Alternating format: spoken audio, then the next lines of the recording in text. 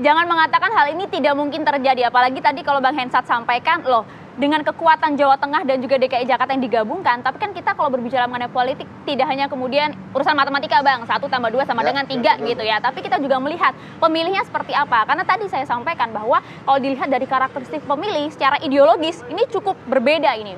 Jangan sampai kemudian dua ideologi yang cukup kuat di atas nih, Ganjar Anies disatukan, kemudian juga membuat para pemilihnya justru malah kabur ke pemilih lain. Nah, nanti dijawab usai jeda ya Bang, boleh ya Bang ya? Kita tahan dulu, karena kita juga sekali lagi masih menunggu nih kedatangan dari Bang Masinton, politikus PDIP, sekaligus pencetus wacana ini. Nggak lucu kalau ngomongin orang tapi nggak ada orangnya Bang. Kita harap sih sejahat lagi Bang Masinton bisa bergabung ya. Usai jeda, sesaat lagi untuk Anda.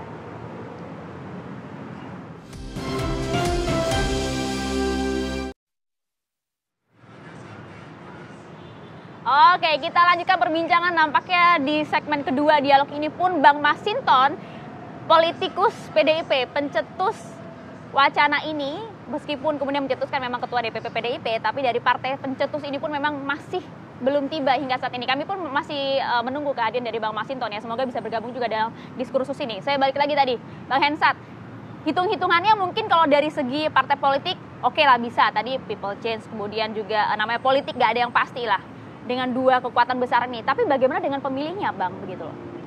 Pemilihnya? Sekarang pendukungnya Pak Jokowi aja banyak ke Pak Prabowo.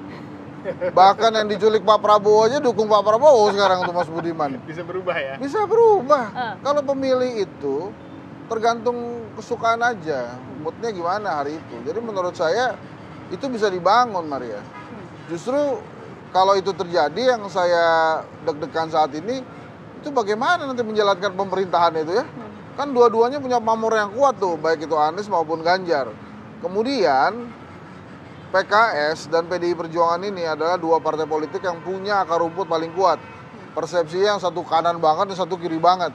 Tapi itulah Indonesia. Ini kalau misalnya dijadikan satu itu bagus banget menurut saya. Ya itu kan persepsi saya itu gimana tuh menyelenggarakan pemerintah itu. Tapi kalau bagusnya adalah ini adalah pemimpin muda, baik Mas Anies maupun Mas Ganjar ini adalah pemimpin muda yang sudah memimpin suatu daerah dan sukses gitu. Sehingga kalau dua pemimpin ini dijadikan satu, bukan mustahil Indonesia makin lebih baik gitu. Dan untuk rakyat Indonesia mungkin melihatnya ini adalah jalan tengah terbaik, masih muda ya. Dan memang belum pernah maju ke pencalonan capres-capresan gitu, sehingga tidak terlihat kok maksa banget gitu kan. Ini dua orang ini menurut saya mungkin yang akan sulit disatukan adalah Persija dan PSIS saja. Tapi kalau menurut saya politik semua bisa terjadi ya. Semua bisa terjadi dan urusan dukung-mendukung itu bisa dilakukan atau bisa dalam proses yang akhirnya bisa menyatukan Indonesia semua. Oke, kalau tapi begini Bang Iqbal, oke lah kalau memang kemudian para pemilihnya kemudian bisa sama-sama juga demi kekayaan demokrasi gitu. Tapi jangan sampai kemudian atas nama kekayaan demokrasi gitu ya, tapi nampak jadi dipaksakan untuk keterpaksaan elektoral gitu loh Bang. Yang penting tadi bagi kami adalah bagaimana menjaga amanah dari Majelis Suro PKS yang sudah menetapkan Pak Anies Rashid Baswedan sebagai calon presiden, maka kami berjuang.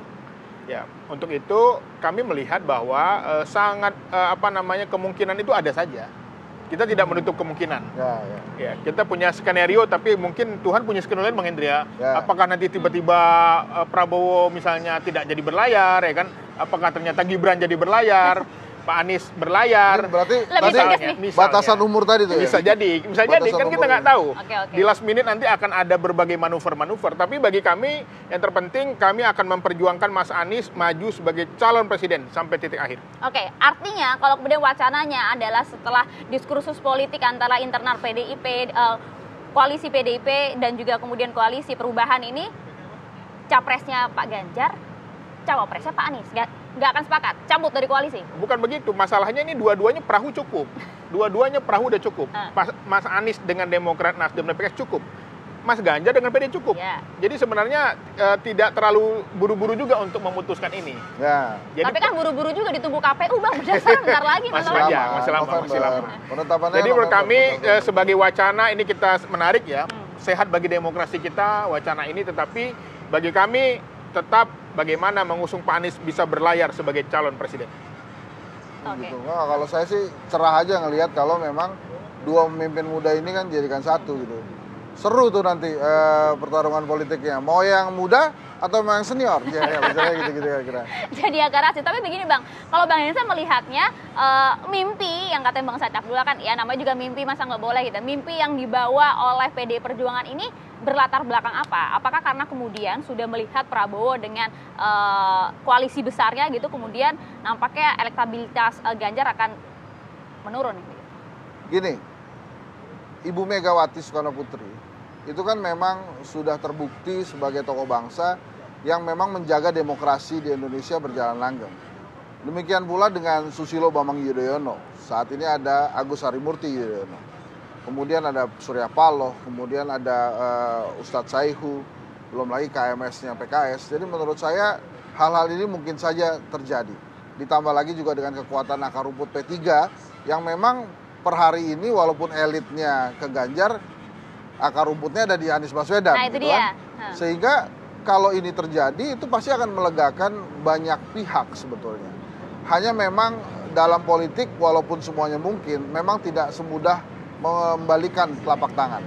Urusan pemilihan menteri dan lain-lain nanti akan lebih panjang lagi. Tapi kalau kemudian dari awal banyak sekali tokoh-tokoh yang di sekitaran istana membocorkan bahwa hanya akan ada 2 calon presiden, sementara sekarang yang adanya 3, kan kalau mereka memaksakan harus 2 calon presiden kan, apakah itu Pak Prabowo yang gagal, apakah itu Mas Ganjar yang gagal, ataukah itu Mas Anies yang gagal, kan masih ada kemungkinannya. Kalau saya pribadi sebagai rakyat, pengennya sih 3 pasang calon, ya, sehingga walaupun nanti ada batas atas calon presiden ya, misalnya usia 70 tahun seperti Hakim Agung, pasti ada yang berdoa supaya tidak dilaksanakan pada saat pemilu 2024 nanti.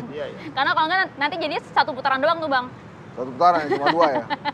Tapi seru juga ya kalau kita berikan kesempatan anak-anak muda justru untuk. Oke, tapi menariknya kalau tadi Anda sampaikan akar rumput nih Bang. Sekali lagi Bang, nampaknya kalau kita lihat, ya ini orang awam, masyarakat awam, dan juga kalau kita lihat narasi netizen di media sosial gitu ya, dengan isu Ganjar Anies, kok kayaknya nggak mungkin gitu, ini ketemunya di mana gitu. Kalau kita lihat dari karakteristik ideologi pemilihnya, oke kita lihatlah pemilih koalisi perubahan yang biasanya mengkritik pemerintah saat ini, kemudian juga narasi-narasinya narasi perubahan, dan juga sebagian besar dari mereka adalah kalangan religius begitu ya Pak Anies. Dan kemudian kalau dari kubu pendukungnya Pak Ganjar yang memang biasanya puas dengan pemerintahan Pak Presiden Joko Widodo, kemudian mendukung keberlanjutan, dan juga sebagian besar dari mereka adalah nasionalis gitu.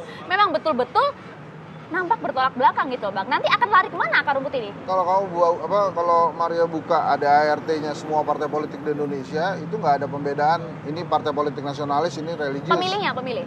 Oh kalau pemilih lagi-lagi itu kan bagaimana pemimpinnya.